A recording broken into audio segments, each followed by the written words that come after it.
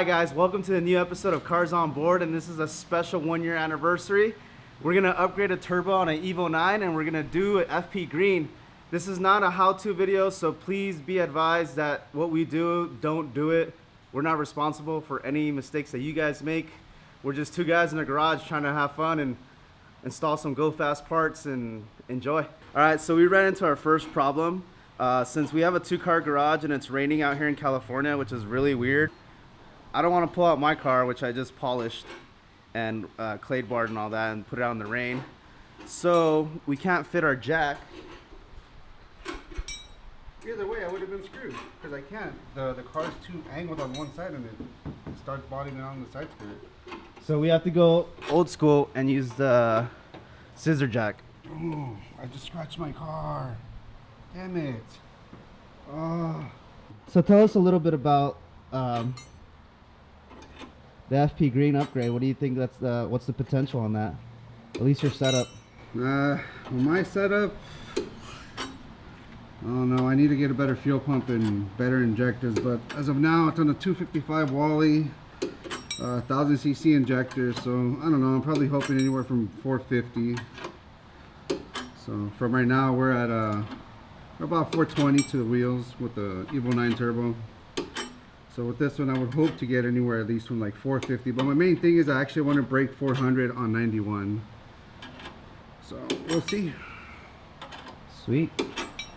What's the first step we're gonna do right now? Well, the first step I'm gonna do is remove this lower intercooler pipe. So get this out of the way, and from there, drain the radiator. After that, go back up top, remove the 2 bolts, and yank it up. And then we'll see from there.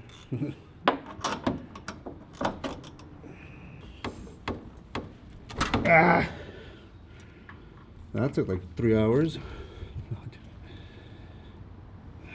All right. Why was it on there so good? Explain what you did.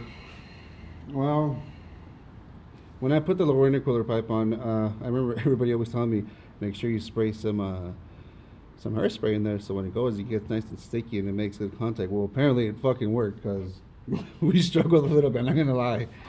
But it came off, so that's good. Alright, so now what's the next step? Do the drain on the radiator and then let that drain out.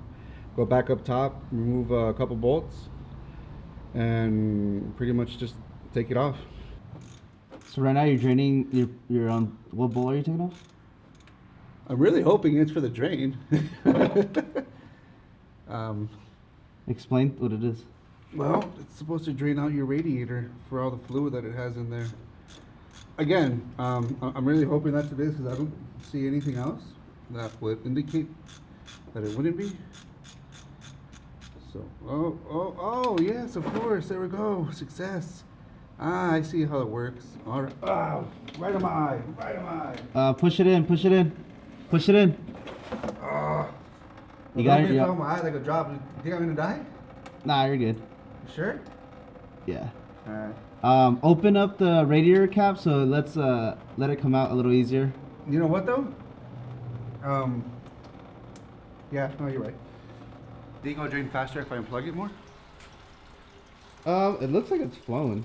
So I just leave it? Let's see. Dude, that's just like spurting everywhere.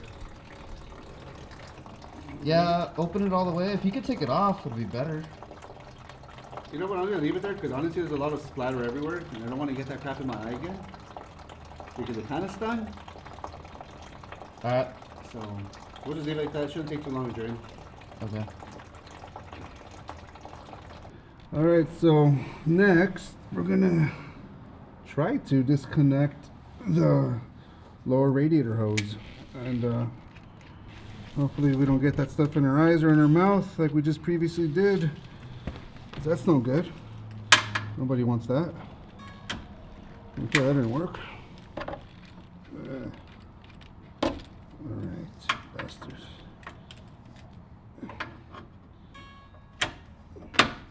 Oh, I already felt something go in my face. No boy, no. You bitch. No, you don't. Don't really fucking tight. All right.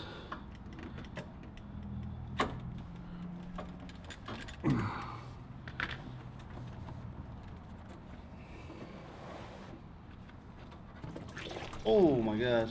I hope that didn't get on the camera. Nope. Just so you know, we're gonna have a fucking spillage when this shit comes out, because this shit's gonna have fucking radiator fluid in there regardless. Yeah, we can clean it up. Now, what's the next step after here? Go back up top, do the one on the top, the hose on the top, and then disconnect. I believe they're like 2 10s, possibly, I don't know, 11s, millimeter bolts, and I guess maybe disconnect the fan from the thing. So we'll see.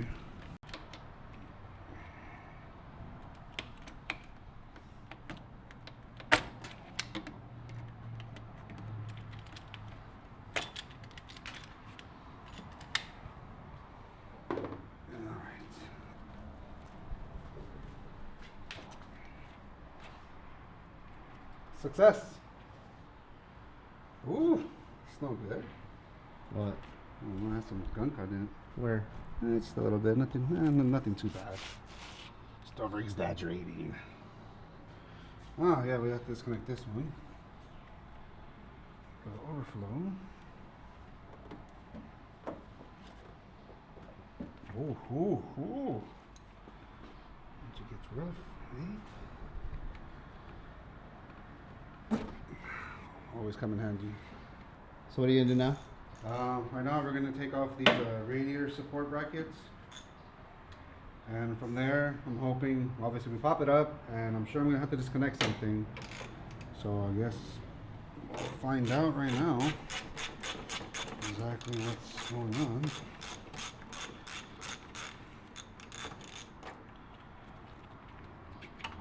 One. You know what I need, man? We need to get a little bench, man, and start putting all the stuff. Whatever.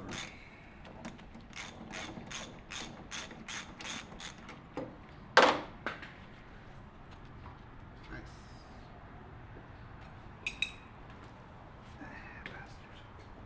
What? I'm gonna have to probably go down there To find the... disconnect it from right there. Because you can't disconnect it from up here because it goes all the way up in there. So right now you're looking for the... a plug to undo the fan for the radiator. So hopefully The radiator fan. yeah, I think I found it. Okay, so now we're going to attempt to pull the radiator out, and in theory it should pop up.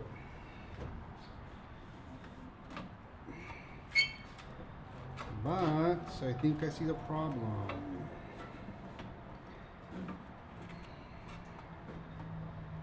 Smacking the intercooler pipe.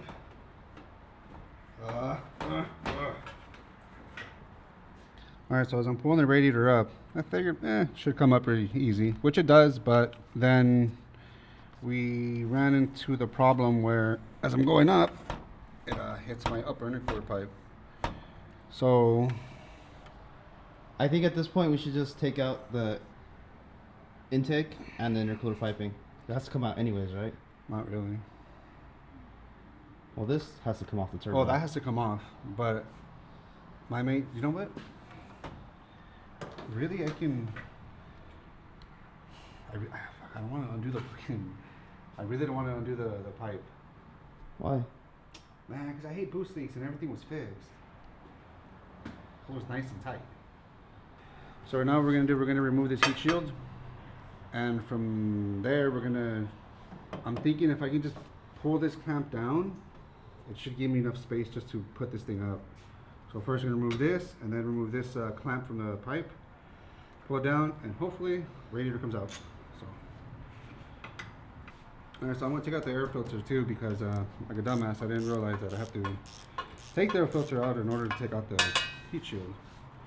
Oh, that pops out like so. And that there. Now we can remove this. Alright, now we take off this clamp. in hopes that the radiator comes out.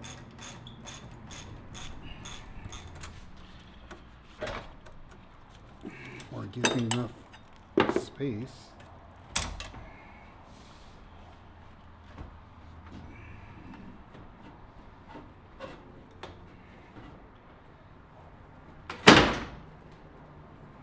Ah! Okay. That didn't sound too good. I did it, but fuck, man.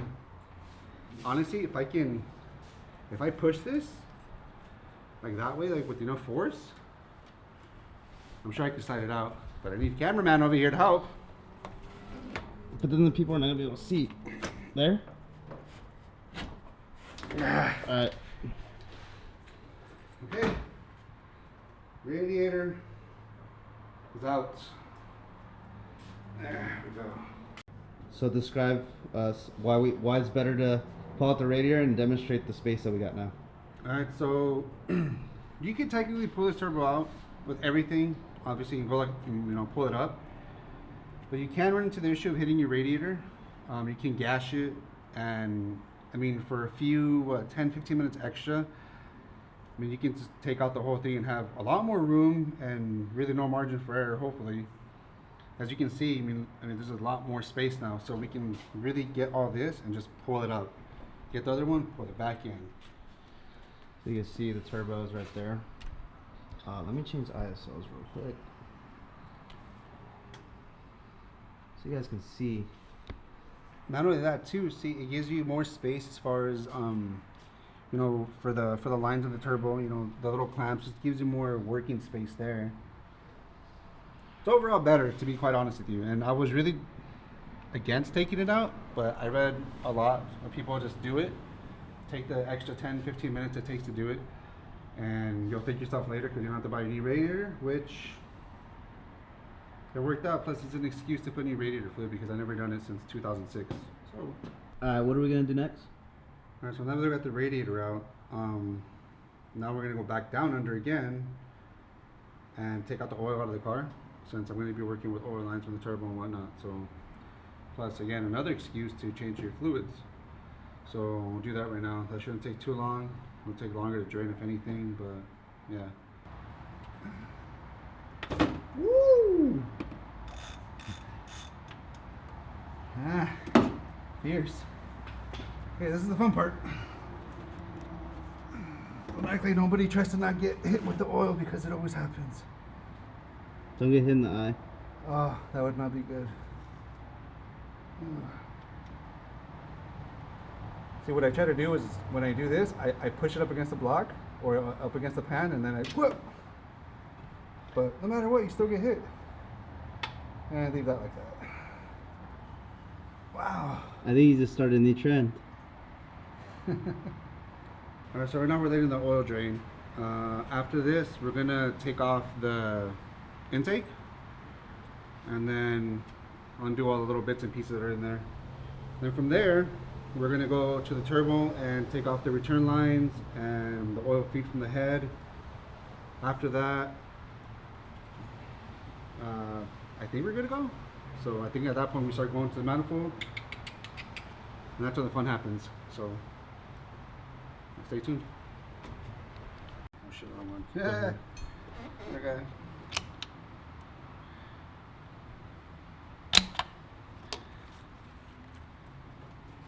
Ooh, she's a fighter. That's right, buddy. All right, so that one's out. Oh man, you know what? I didn't really want to connect this either. You know how I had trouble with this before. There's this one time where I put it on and things sound like a goddamn elephant. I was like, what the hell is going on? The thing was all crooked and janky, so I had to go to AutoZone and do the sound that it sounded like. I'm not gonna make the sound. It sounded like a goddamn elephant though. It's really horrible. So right now we're taking off the lower clamp for the diverter valve, because it's not a blow-off valve, it's a diverter valve. It recirculates back into the intake. It doesn't want to come up. Perhaps I should loosen it a little more. Well, that's pretty loose. Come on, you bastards. Well, I'm glad it's actually fighting back, because at least I know it was on there good.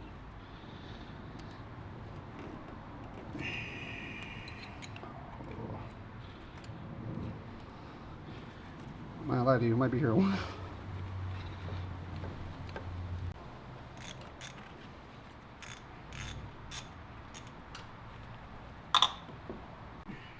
like a probably better pipe from here.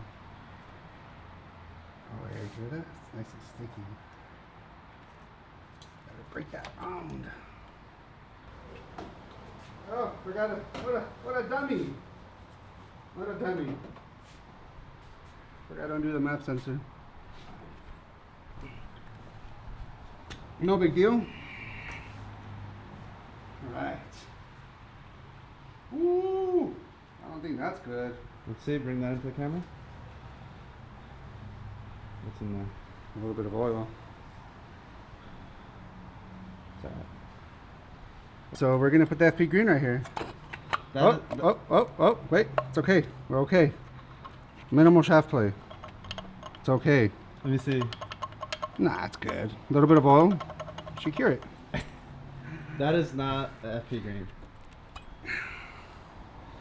This is an S15 ball bearing turbo, and Alex here, he's gonna be rebuilding this later on, sometime in the future, just for shits and giggles. There's really nothing we can put this in, unless we get a Miata. I had a 240, but or we get another 240. got stolen, but that's the only thing I have left of it. Okay. All right, so this is the old EP001 turbo. I don't know if you can see, but I mean, very, very, very minimal shaft play up and down, in and out, none whatsoever. So this thing's actually really, really good condition. This is a 80,000 mile turbo, so it has a lot of abuse, and I've tracked it, I dragged it, so it's actually really good. See, so use good oil and you're good.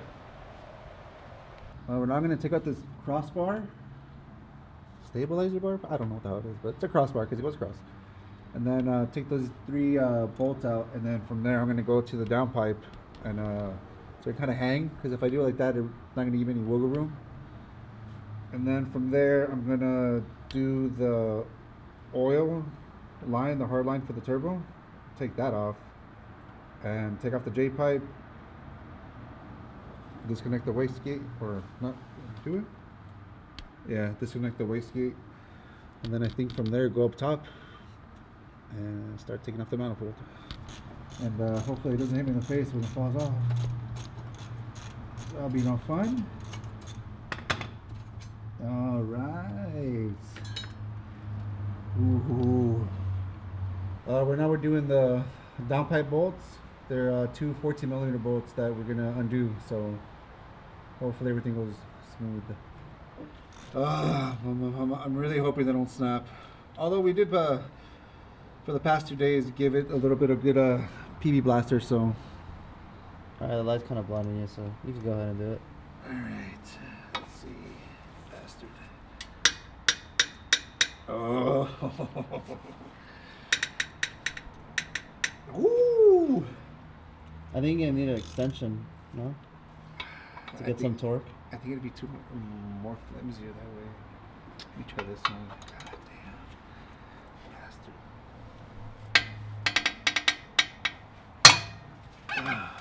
It just sounds like that because of the springs.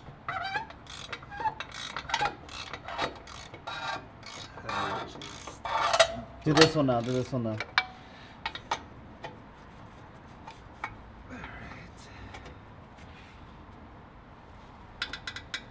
Don't hit me in the face. No. Oh wow, this one's hard. I can't.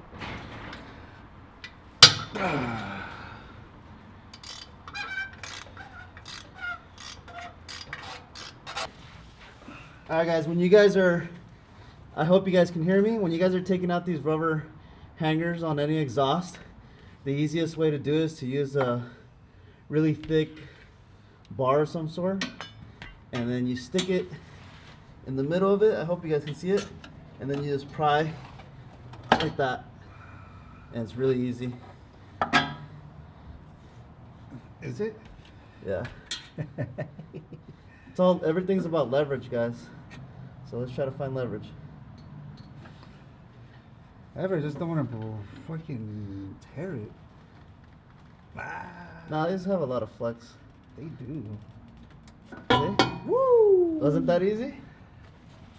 I learned that from the Well, it'd be nice if I could get the damn thing out. There we go. multiple SR swaps I've done in the past. So now we're gonna do these two 10mm bolts that go to the turbo at the. Where I'm assuming it's an oil return. It's for oil. I know that. And from there, go back up top and disconnect whatever we have to disconnect off the turbo, oil line, water, and then from there undo the bolts on the manifold, which is gonna be fun. And then hopefully everything just pops up. Ooh. Again, I never done this, so I don't know what to expect. I don't know if it's gonna drip out with oil and gonna get out oily, or I mean, since I already did drain out the oil, I'm really hoping nothing pops out. If it does, then well, it's gonna be a mess that I don't want to clean up. And I already see oil coming out. Oy. Oh, come off. Oh, wait a second. Okay, so another book is there. Well, she wasn't too bad. That's a little bit of a spill here. Alright, now we'll go up top and start disconnecting more stuff. Alright, right now we're going to disconnect the lines from the turbo, which is the oil and the water. And then from there we're going to unbolt this, which is like a 17mm, which is the oil feed to the turbo from the head. Alright, so this is the line that one of the first lines we're going to remove. It's right here. Just going to disconnect it from there and then pop it off.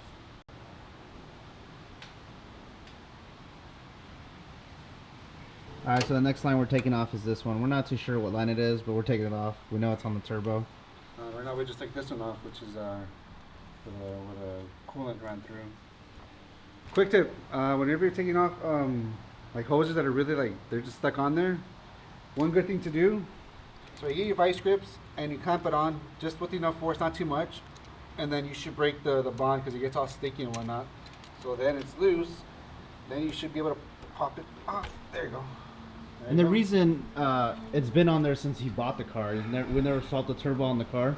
So it's been there since 2006. We're now in 2016, so almost 10 years. Give or take, you know. Do the math, a lot of years. And that gets really hot, so when plastic gets hot on metal, it kind of creates like a glue kind of situation. So that's a good tip. Next, we're taking off the oil return line from the head. So that is a 17mm, and I'm hoping it's gonna come off easy. We'll find out. I fucked this up. There it goes. That was a little too easy. Yeah. Well, there we go. I hope it doesn't shoot oil. I doubt it's gonna shoot oil out. Nah, it won't shoot oil. I mean, some oil is obviously gonna come out, but it's not gonna shoot it. And if it does, I'll be really surprised, which I doubt, because just so you know, we're going to be rerouting the oil system later. Well, obviously throughout the build, but I'm not going to use this part from here no more because FP suggests that we run the oil feed from the housing, from the oil housing. So we're going to end up doing that later, which is going to be fun because I heard there's a bolt down there that's a bitch to take out, and I'm not really looking forward to doing that. But they say it's the best because it's a FP Green HTA 73, which is journal ball bearing. So it's not actual ball bearing, it's journal. And they require more oil to lubricate and whatnot. So if you do like this, there's a possibility you can kind of burn it out. But a lot of people still run it like this with the factory lines, and they've had success with FP Greens. But I'd rather just pay a little more with the lines and just do everything all at once. But it's gonna kick me in the ass later on. Now he's just gonna take off the vacuum line off the wastegate. Okay, see, right now we need to do a little trick.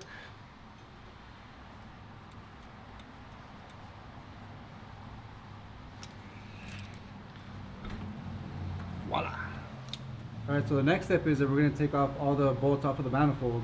And well, this is where it becomes a little fun, because there's 3 bolts on the bottom that get really tricky to get, and I'm hoping that I don't strip anything, because if I do, then that's not going to be good at all. So once we take off the 3 on the bottom, from that point on, it should be real quick, and everything in theory should pop out. So I guess we'll wait and see what happens then. Oh. That broke easy, didn't it? Alright, that's good enough. Don't take it too much. Want to take it off? Yeah, take it out. No, I can do it now with my fingers. Well, you don't want to take it off too much because you're going to cause it to, you know what I mean? You got to do it top and bottom, top and bottom. I'm hoping it came loose. Yeah, it is. You underestimate the power of a 1/2-inch wrench. Not even. That was all thanks to PB Blaster. Oh, show the setup that we did to the... For the bolt? No, the swivel. The tape on the Oh. swivel. That's a tip you can give them too. Oh, you got something going on here. Oh, wow. The Hello. tool got a hard on. Whoa, hello. Yeah, so right now what we did on the swivel, we ended up putting some electrical tape on it. And that's so it can still swivel, but it's not going to be all super loose and janky and not be able to get the position. So this makes it, you put it like that so it still stays kind of stiff. And you can have more of a better angle so it's not everywhere. So that works out, because that worked out very well right there actually. Surprisingly, the bolt came off really easy, which kind of scares me.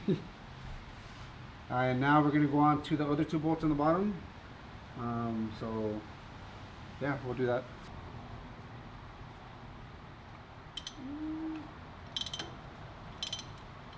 Alright, cool. Alright, we should probably start loosening top ones now so it doesn't give it too much. Should I go? Yeah, go like there. I'll be able to use a swivel on this one. Doesn't matter. Usually, guys, when you guys take these things off, since there's pressure, and the head's aluminum, and this is cast iron, I'm assuming, It is. or heavy metal. No, it's cast iron. You want to take it off evenly. We don't know exactly what way it is, but since we loosened the bottom ones, we did the hard ones first. Now we want to loosen this one, and I believe this one, and then we're gonna loosen this one, and then do these. So you always work. I believe it's in out. It's the way you do it. But don't just loosen all the bottom ones and all the top ones. Try to do it evenly. So I would do first the bottom one here, then the top this one, and then this one, and then the bottom there, like X pattern.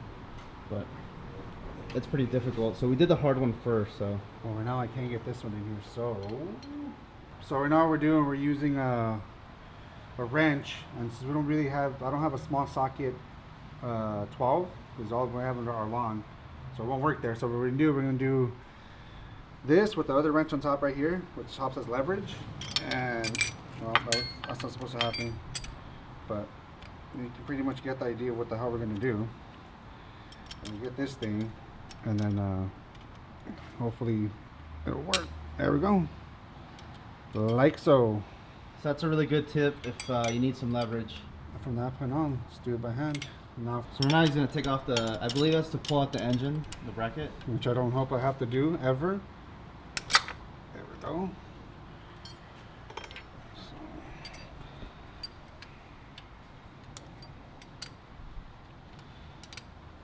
Right here, the ratchet would have been better. And we're doing that just so he gets more space to put the open wrench in there. And that's what it's for, right? To pull out the engine? Yeah, that's what I think that comes stock. it does. Now, which is kind of scary because, what, like they know that you're gonna pull the motor out? Yeah. Like they know you're gonna blow it?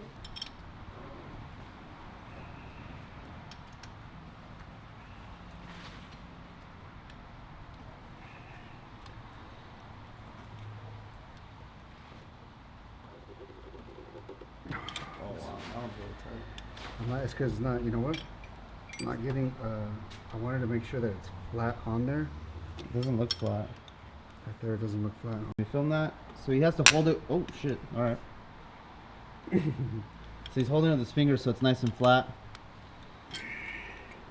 That tends to work out pretty good. Yeah, it did. Okay.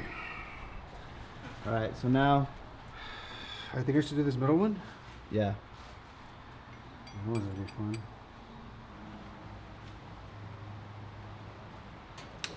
Nice. Yeah, JB Well. I mean JB Well. God damn it. You got me saying JB Well. No, PB Blaster.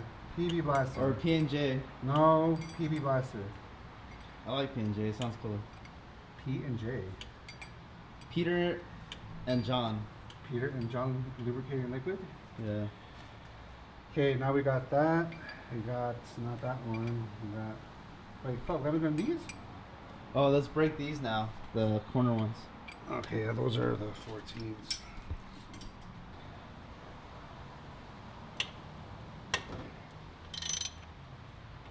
Alright, that's good enough. Now do this one.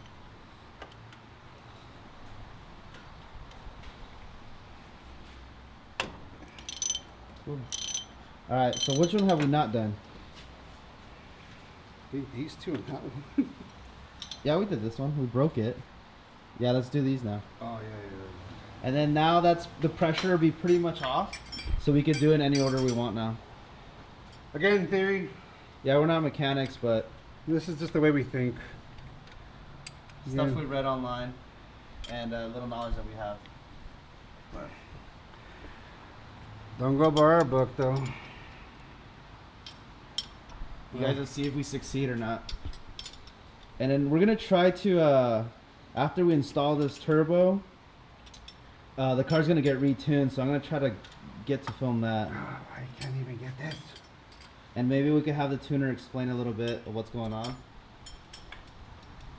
If he's willing to. Better be. I'm paying him. Dang, you look like Jesus right now. Is this what Jesus would do? Looks like a music video. I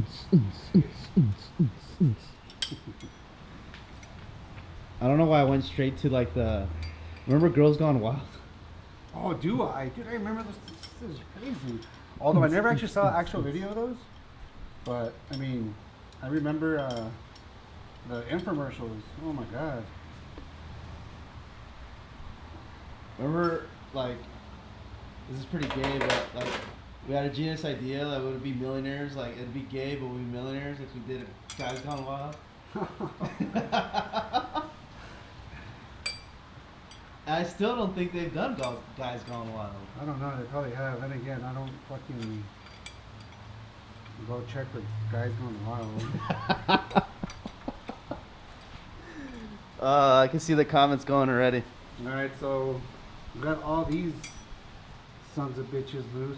Movie magic, the bolts are all off. So turbo's ready to come out with the. We're gonna take it off with the exhaust manifold. The elbow's still on the turbo. Obviously, turbo's still there and wastegate's still there. Radiator's out, so we should have enough clearance. Now we're disconnected the O2 housing or the O2 plug. Yeah. And I was going to cut the zip tie, Okay. and it should come out. I'm gonna just try to cut this big ass one because I don't want to fucking. I can't get like a precise cut with this shit. It's super chanky, dude. That's a snip for sheet metal that he's trying to do on a zip tie. Why? Because we don't have anything else. And then But if I fuck this up, don't cut your O2 sensor. It probably costs $80 something at AutoZone. yay! Succeed. So that's the last thing that's holding the turbo in. All right, so now we're gonna pull out the manifold with everything attached, the turbo, O2 housing, everything. Now, it should come out. I should be able to just pull it and yank it up. I'm not forgetting anything else, which I hope I'm not, because it's gonna suck. But we're gonna try it, and then we're gonna go from there. And the goal here is like not to hit the the air AC conditioning. What is it called? The AC condenser. AC condenser, yeah. Yeah. So I mean, hopefully it'll smack that. I mean, because that again would be no fun. Okay, so we're filming. So whenever you're ready. Ooh, a little nervous. I ain't gonna lie. This is the fun part, though. Well, I mean, yeah, it's fun for them to watch, because if I fuck up, they'd be, you idiot. Which I wouldn't blame them. I would not blame them. Ugh. Turbo. Oh, watch it.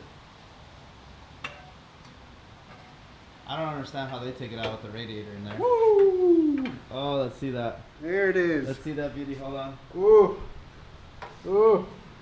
And it's out. And hopefully, Let me make see the more front of power. it. Show me the front of it. Put in the light so we can see. Let's say turn it around so I can see it now. Nice. Elbow and everything. How heavy is that? I'd have guessed. I don't know. Maybe like 30, 40 pounds? Really? Probably. It looks pretty fucking heavy. All right, guys, so we're gonna wrap it up now. So we're gonna stop right where we pull the turbo out. We pull that out. The next episode, I think we'll pick it up where we start taking the parts off the stock turbo and adding that to the FP green. So I guess we're gonna take off like the O2 housing, the J pipe.